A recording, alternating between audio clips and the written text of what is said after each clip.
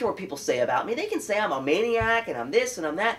But the worst thing and the most lasting impression is if the overall show is unsuccessful. I want the show to be successful. I want Mark Burnett to be successful with it, Donald Trump, the 16 contestants. I want me to be successful. I want everybody to get something out of it. Why not? This isn't a game. This is a 13-week job interview. You know, editing is a very hard thing to do. And yes, they left out some things that I thought were absolutely brilliant.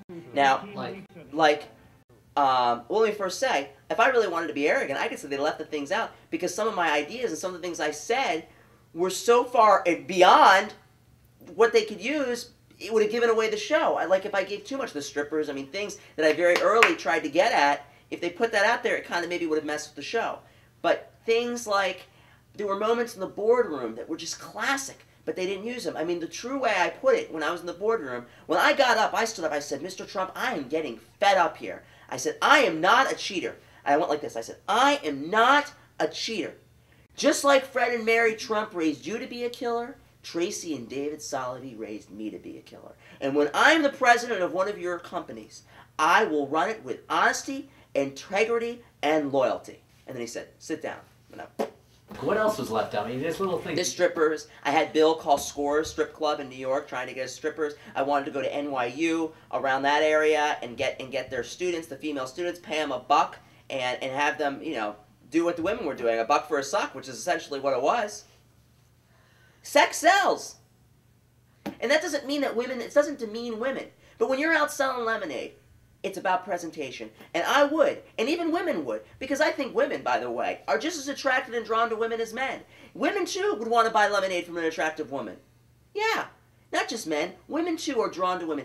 Who wants to buy lemonade from some stuffy dud with a silly accent and in a three-piece suit with his collar too tight because he doesn't know how to tie his tie? First of all, what I wanted to do, and they didn't put this in the show, I wanted to dress up Kwame, Troy, and Nick like Chippendales.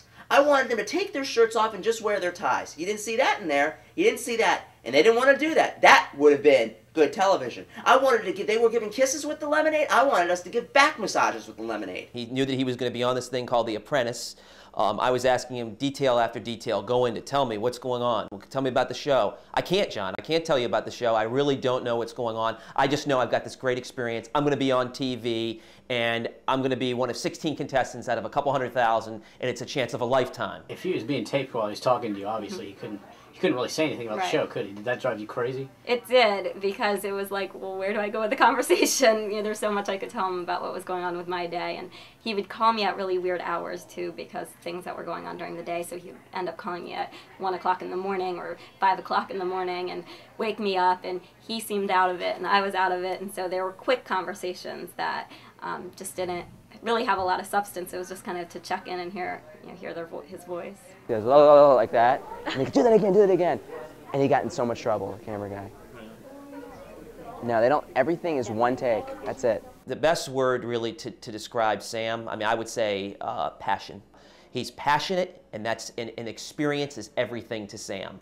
This show will be forgotten and there'll be something else. Or life will go on and will be ordinary, it'll be extraordinary.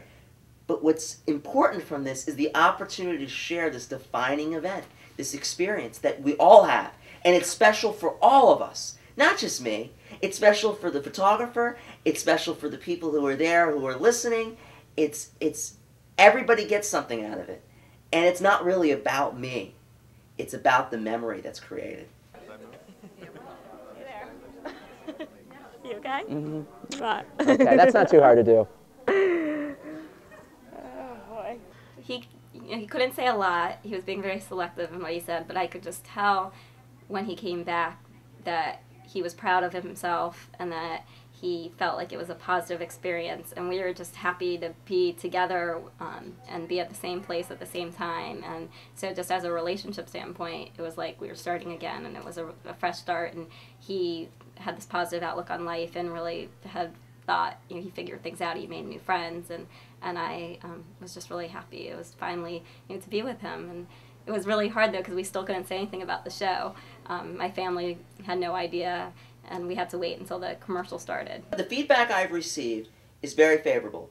People think I did a great job. To have business clients email me and say that I'm the only one, I'm heads above the rest, so what? They'll see what they think, next week. The people are fickle. They'll turn on you in a second. I don't get caught up. I'm not going to get a big head because I know it's over like that. You know how long this big moment will last? Until Tuesday or until next Wednesday at 7:59 p.m. That's how long this moment will last, and then it starts all over again. It's like Groundhog Day. So I'm not deluded by it. Let me tell you. But it's nice to get the praise. It's nice to be recognized for putting your know what on the table in front of Donald John Trump and going right at it head to head. And it feels good. It feels good to see that, you know what? I was portrayed as I am. Sam I am, and they portrayed me as I am, as Sam. Being consistent, I feel that I was consistent. I recognized that, David, there was something odd about the MBA, the location in the show. I mean, not to be critical, but there were things that just weren't right. In the box thinking. There was a lot of in the box thinking. I don't need to go through the whole, hash it all out again, but it was that I was recognized for my out of the box and for taking a risk, and that's what it's about. That's what it's about. I look like a pompous schmuck. I'm on a round bed from 1962 with mirrors. I mean, Hugh Hefner would bow down to this room. Come on, give me an Austin Powers on this bed. Come on. Hey, baby, you want a shag? Look at this bed. This skirt.